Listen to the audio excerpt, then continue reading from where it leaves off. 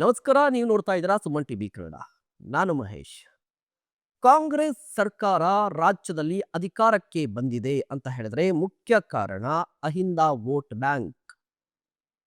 ರಾಜ್ಯದಲ್ಲಿ ಶೇಕಡ 70ರಷ್ಟಿರುವಂತ ಅಹಿಂದ ಮತದಾರರು ಕಾಂಗ್ರೆಸ್ ಪರವಾಗಿ ಗಟ್ಟಿಯಾಗಿ ನಿಂತ ಕಾರಣಕ್ಕಾಗಿ ಈ ಬಾರಿ ಕಾಂಗ್ರೆಸ್ ಗೆದ್ದಿದೆ. ಅದರಲ್ಲೂ ಮುಖ್ಯವಾಗಿ ಮುಸ್ಲಿಂ ಮತದಾರರು ಕಾಂಗ್ರೆಸ್ಗೆ 99.99% ಬೆಂಬಲವಾಗಿ ನಿಂತಿದ್ರು 2023ರ ರಾಜ್ಯ ವಿಧಾನಸಭಾ ಚುನಾವಣೆಯಲ್ಲಿ. ಅಂದ್ರೆ ಮುಸ್ಲಿಮರು 100% ಕಾಂಗ್ರೆಸ್ ಪರವಾಗಿದ್ದಾರೆ, ಮತ ಚಲಾವಣೆ ಮಾಡ್ತಾ ಇದ್ದಾರೆ. ಈ ಕಾರಣಕ್ಕಾಗಿ ಕಾಂಗ್ರೆಸ್ ಗೆಲ್ತಾ ಇದೆ. ಆದ್ರೆ ಈಗ ಕೇವಲ ಕರ್ನಾಟಕ ಮಾತ್ರ ಅಲ್ಲ, ದೇಶದಾದ್ಯಂತ ಕಾಂಗ್ರೆಸ್ಗೆ ಒಂದು ಭಯ ಶುರುವಾಗಿದೆ.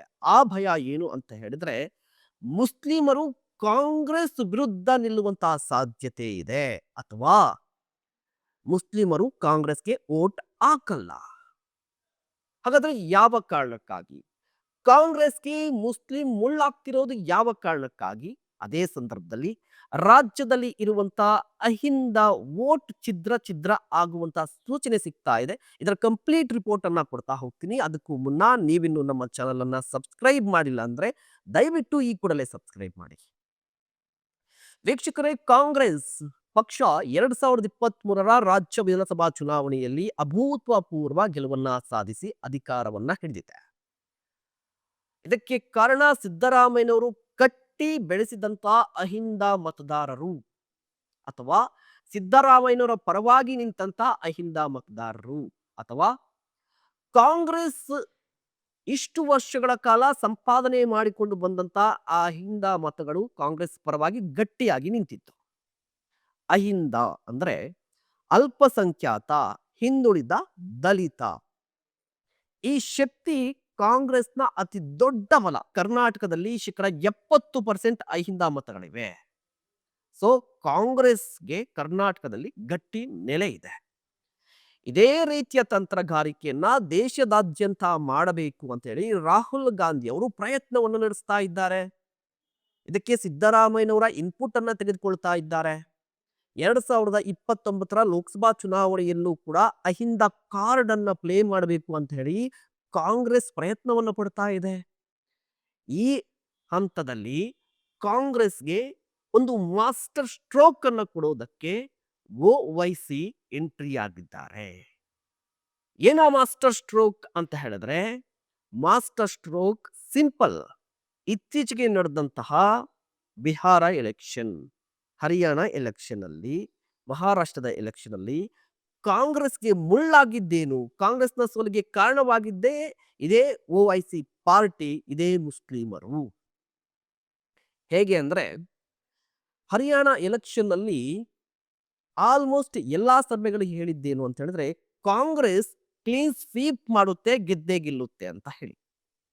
ಅದೇ ಸಂದರ್ಭದಲ್ಲಿ ಮಹಾರಾಷ್ಟ್ರ ಎಲೆಕ್ಷನ್ ಅಲ್ಲೂ ಕೂಡ ಕಾಂಗ್ರೆಸ್ಗೆ ಒಂದಿಷ್ಟು ಸೀಟ್ಗಳು ಬರುತ್ತೆ ಅಂತ ಹೇಳಿ ಅಂದಾಜು ಮಾಡಲಾಗಿತ್ತು. ಬಿಹಾರದಲ್ಲೂ ಕೂಡ ಅದೇ ಆಗಿತ್ತು. ಬಟ್ ಎಲ್ಲಿ ಮಿಸ್ ಮಾಡಿತ್ತು ಅಂತ ಹೇಳಿದ್ರೆ, ಕಾಂಗ್ರೆಸ್ ಸ್ಪರ್ಧೆ ಮಾಡಿದಂತಹ ಕ್ಷೇತ್ರದಲ್ಲಿ ಓವೈಸಿ ಪಾರ್ಟಿ ಕೂಡ ಸ್ಪರ್ಧೆ ಮಾಡಿದ್ದ ಕಾರಣಕ್ಕಾಗಿ ಇಷ್ಟು ವರ್ಷಗಳ ಕಾಲ ಕಾಂಗ್ರೆಸ್ಗೆ ಬರ್ತಾ ಇದ್ದಂತ ಮುಸ್ಲಿಮರ ವೋಟ್ ಈಗ ಓವೈಸಿ ಪಾರ್ಟಿಯನ್ನ ನೋಡ್ತಾ ಇರುವ ಕಾರಣಕ್ಕಾಗಿ ಕಾಂಗ್ರೆಸ್ನ ಸೋಲಾಗ್ತಾ ಇದೆ. ಇದು ವಾಸ್ತವ. ಇದು ದೇಶದ ವಿಚಾರಕ್ಕೆ, ಅಂದ್ರೆ ದೇಶದಾದ್ಯಂತ ಕಾಂಗ್ರೆಸ್ನ ಪಾಲಿಟಿಕ್ಸ್ಗೆ ದೊಡ್ಡ ಹಿನ್ನಡೆ ಆಗ್ತಾ ಇದೆ. ಇನ್ನು ಕರ್ನಾಟಕ ಅಂತ ಬಂದ್ರೆ ಓವೈಸಿ ಪಾರ್ಟಿ ದೊಡ್ಡದಾಗಿ ಏನು ಬೆಳೆದಿಲ್ಲ. ಓವೈಸಿಗೆ ಸ್ವತಃ ವ್ಯಕ್ತಿಗೆ ಮಾತ್ರ ಒಂದಿಷ್ಟು ಅಭಿಮಾನಿಗಳು ಇರಬಹುದೇನೋ, ಬಟ್ ಓವೈಸಿ ಪಾರ್ಟಿಗೆ ಅಭಿಮಾನಿಗಳಿದ್ದಾರ, ಕಾರ್ಯಕರ್ತರಿದ್ದಾರ ಅಂತ ಹೇಳಿದ್ರೆ ನೋವೇ ಚಾನ್ಸೇ ಇಲ್ಲ.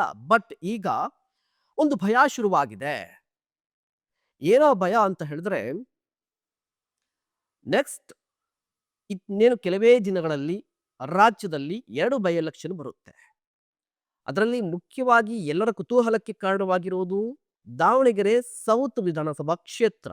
ಶಾಮನೂರು ಶಿವಶಂಕರಪ್ಪನವರ ನಿಧನದ ಕಾರಣಕ್ಕಾಗಿ ಈಗ ಬೈ ಎಲೆಕ್ಷನ್ ಬಂದಿದೆ. ಟಿಕೆಟ್ಗಾಗಿ ನಾನಾ ರೀತಿಯ ಕಸರತ್ತು ಮೂರೂ ಪಕ್ಷಗಳಲ್ಲಿ ನಡೀತಾ ಇದೆ. ಇದರ ನಡುವೆ ಈ ಕ್ಷೇತ್ರದ ಈ ಸ್ವಭಾವ ಅಂತ ಹೇಳಿದ್ರೆ, ಅಥವಾ ಗ್ರೌಂಡ್ ರಿಪೋರ್ಟ್ ಅಂತ ಹೇಳಿದ್ರೆ, ಗ್ರೌಂಡ್ ರಿಯಾಲಿಟಿ ಅಂತ ಹೇಳಿದ್ರೆ, ಶೇಕಡ ಅಥವಾ ಈ 60,000 ಮತಗಳಿರುವಂಥದ್ದು ಮುಸ್ಲಿಮರದ್ದು. ಅಂದ್ರೆ ನಿರ್ಣಾಯಕ ಪಾತ್ರವನ್ನ ವಹಿಸ್ತಾರೆ. 65,000ಕ್ಕೂ ಹೆಚ್ಚು ಮುಸ್ಲಿಮರ ವೋಟ್‌ಗಳಿವೆ ಇಲ್ಲಿ. ಆಲ್ಮೋಸ್ಟ್ ಇದು ಮುಸ್ಲಿಮರ ಕ್ಷೇತ್ರ ಅಥವಾ ಅಹಿಂದ ಕ್ಷೇತ್ರ ಅಂತ ಹೇಳಿ ಎಲ್ಲರೂ ಕೂಡ ಕರೀತಾರೆ. ಮುಸ್ಲಿಮರು ಒನ್ ಸೈಡ್ ಆದ್ರೆ ಈಸಿಯಾಗಿ ಗೆಲ್ಲಬಹುದು. ಶಾಮನೂರು ಶಿವಶಂಕರಪ್ಪನವರು ಕಳೆದ ಚುನಾವಣೆಯಲ್ಲಿ ಅಥವಾ 2023ರ ಚುನಾವಣೆಯಲ್ಲಿ ಒಂದು ಮಾತನ್ನ ಹೇಳಿದ್ರಂತೆ.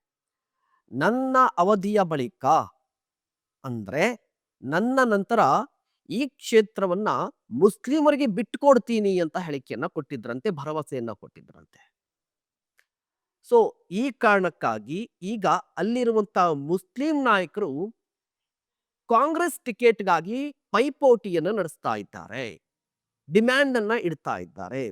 ರಾಜ್ಯ ಸರ್ಕಾರದ ಪ್ರಭಾವಿ ಸಚಿವರು ಜಮೀರ್ ಅಹಮದ್ ಖಾನ್ ಅವರು ಕೂಡ ಈ ಬಾರಿ ದಾವಣಗೆರೆ ಸೌತ್ ಕಾಂಗ್ರೆಸ್ ಟಿಕೆಟ್ ಅನ್ನ ಮುಸ್ಲಿಮರಿಗೆ ಕೊಡಬೇಕು ಅಂತ ಹೇಳಿ ಬೇಡಿಕೆಯನ್ನು ಕೂಡ ಇಟ್ಟಿದ್ದಾರೆ. ಇದೇ ಸಂದರ್ಭದಲ್ಲಿ ಕಾಂಗ್ರೆಸ್ ಒಳಗೆ ನಡೀತಾ ಇರುವಂತಹ ತಂತ್ರಗಾರಿಕೆ ಅಥವಾ ಲೆಕ್ಕಾಚಾರ ಏನು ಅಂತ ಹೇಳಿದ್ರೆ, ಇಲ್ಲ ಸಿಂಪತಿ ಮುಖ್ಯ ಆಗುತ್ತೆ.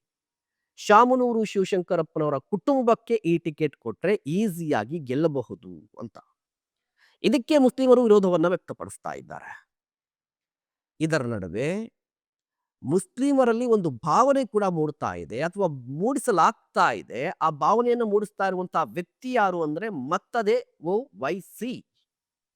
ಓವೈಸಿ ಒಂದು ಅಜೆಂಡವನ್ನ ಸೆಟ್ ಮಾಡ್ತಾ ಇದ್ದಾರೆ. ಅದು ಕಾಂಗ್ರೆಸ್ ವಿರುದ್ಧ. ಯಾವ ರೀತಿಯ ಅಜೆಂಡಾ ಅಂತ ಹೇಳಿದ್ರೆ, ಮುಸ್ಲಿಮರನ್ನ ಕಾಂಗ್ರೆಸ್ ಬಳಸಿಕೊಳ್ತಾ ಇದೆ ಅಧಿಕಾರಕ್ಕಾಗಿ. ಮುಸ್ಲಿಮರ ಕಾರಣಕ್ಕಾಗಿ ಕಾಂಗ್ರೆಸ್ ಗೆಲ್ತಾ ಇದೆ, ಬಟ್ ಮುಸ್ಲಿಮರನ್ನ ಕಾಂಗ್ರೆಸ್ ಕಡೆಗಣಿಸ್ತಾ ಇದೆ ಅಂತ ಹೇಳಿ ಈ ಅಜೆಂಡವನ್ನ ತುಂಬುತ್ತಾ ಇದ್ದಾರೆ ಓವೈಸಿ. ಇದರಿಂದ ಈ ಯಂಗ್ಸ್ಟರ್ಗಳು ಅಂದ್ರೆ ಮುಸ್ಲಿಂ ಸಮುದಾಯದಲ್ಲಿ ಯುವಕರು ಏನಿರ್ತಾರಲ್ವಾ, ಅವರು ಈಸಿಯಾಗಿ ಓವೈಸಿ ಮಾತನ್ನ ಮತ್ತು ಓವೈಸಿ ಪಕ್ಷವನ್ನ ನಂಬ್ತಾ ಇದ್ದಾರೆ. ಹೀಗಾಗಿ ಕಾಂಗ್ರೆಸ್ಗೆ ದೊಡ್ಡ ಪೆಟ್ಟು ಬೀಳ್ತಾ ಇದೆ ದೇಶದಾದ್ಯಂತ. ಈಗ ದಕ್ಷಿಣಕ್ಕೆ ಅಂದ್ರೆ ದಾವಣಗೆರೆ ದಕ್ಷಿಣಕ್ಕೂ ಬಂದ್ರೆ ಇತ್ತೀಚೆಗೆ ಒಂದು ಹೇಳಿಕೆಯನ್ನು ಕೊಟ್ಟಿದ್ದಾರೆ ಓವೈಸಿ. ದಾವಣಗೆರೆ ದಕ್ಷಿಣದಲ್ಲೂ ಕೂಡ ಓವೈಸಿ ಪಾರ್ಟಿಯಿಂದ ಕ್ಯಾಂಡಿಡೇಟ್ ಇರ್ತಾರೆ ಅಂತ ಹೇಳಿ. ಅಲ್ಲಿಗೆ ಕಾಂಗ್ರೆಸ್ನ ಗಟ್ಟಿ ಮತಗಳಂತ ಏನ್ ಪರಿಗಣನೆಗೆ ತೆಗೆದುಕೊಳ್ತಾ ಇದ್ರು ಮುಸ್ಲಿಂ ಮತಗಳನ್ನ, ಆ ಮುಸ್ಲಿಂ ಮತಗಳು ಛಿದ್ರಗೊಳ್ಳುತ್ತೆ, ಸ್ಪ್ಲಿಟ್ ಆಗುತ್ತೆ. ಇಫ್ ಇನ್ ಕೇಸ್ ಏನಾದ್ರೂ ಮುಸ್ಲಿಂ ಮತಗಳು ಸ್ಪ್ಲಿಟ್ ಆದ್ರೆ ಕಾಂಗ್ರೆಸ್ಗೆ ದೊಡ್ಡ ಹೊಡೆತ. ಈ ಕಾರಣಕ್ಕಾಗಿ ಕಾಂಗ್ರೆಸ್ ಅಲ್ಲೇ ಈಗ ಗೊಂದಲ ಜೊತೆಗೆ ಒಂದಿಷ್ಟು ಆತಂಕ ಮನೆ ಮಾಡಿದ್ಯಂತೆ. ನೋಡಿ, ದಾವಣಗೆರೆ ಸೌತ್ ಇಂದ ಮುಸ್ಲಿಂ ಮತಗಳು ಒಡೆದ್ರೆ ಈಗ ಸಿದ್ದರಾಮಯ್ಯನವರು ಸೆಟ್ ಮಾಡ್ಕೊಂಡಿರುವಂತ ಈ ರೀತಿ ಮತವನ್ನ ಏನಿದೆಯಲ್ವಾ, ಅಹಿಂದ ಮತ ಅಥವಾ ಅಹಿಂದ ಶಕ್ತಿ ಕೂಡ ಛಿದ್ರ ಆಗುತ್ತೆ ಮುಂದೊಂದು ದಿನ. ಅಹಿಂದದಲ್ಲಿ ಮೊದಲ ವರ್ಡ್ ಅಲ್ಪಸಂಖ್ಯಾತರು ಬರ್ತಾರೆ. ಅಲ್ಪಸಂಖ್ಯಾತರು ಏನಾದರೂ ಕಾಂಗ್ರೆಸ್ನಿಂದ ದೂರ ಆದ್ರೆ ಕಾಂಗ್ರೆಸ್ ಮುಂದೆ 2028 ಎಲೆಕ್ಷನ್, 2029 ಲೋಕಸಭಾ ಎಲೆಕ್ಷನ್, ಈ ಎಲ್ಲದರಲ್ಲೂ ಕೂಡ ಕಾಂಗ್ರೆಸ್ಗೆ ದೊಡ್ಡ ಹೊಡೆತ. ಹೀಗಾಗಿ ಇಡೀ ಕಾಂಗ್ರೆಸ್ ಪಾರ್ಟಿ ಈಗ ಆತಂಕದಲ್ಲಿದೆ. ಕಾಂಗ್ರೆಸ್ ಏನ್ ಮಾಡುತ್ತೆ? ಓವೈಸಿ ಸ್ಪರ್ಧೆಯಿಂದ ಕಾಂಗ್ರೆಸ್ಗೆ ಏನಾದ್ರೂ ದೊಡ್ಡ ಮಟ್ಟಿಗೆ ಕರ್ನಾಟಕದಲ್ಲಿ ಹಿನ್ನಡೆ ಆಗುತ್ತಾ? ನಿಮ್ಮ ಅಭಿಪ್ರಾಯವನ್ನ ತಿಳಿಸಿ. ಇಂತಹ ಮತ್ತಷ್ಟು ಕಂಟೆಂಟ್ಗಾಗಿ ನೋಡ್ತಾ ಇರಿ ಸುಮನ್ ಟಿವಿ ಕನ್ನಡ. ನಮಸ್ಕಾರ. For business and personal promotions in Suman TV Kannada, please contact 9686376663.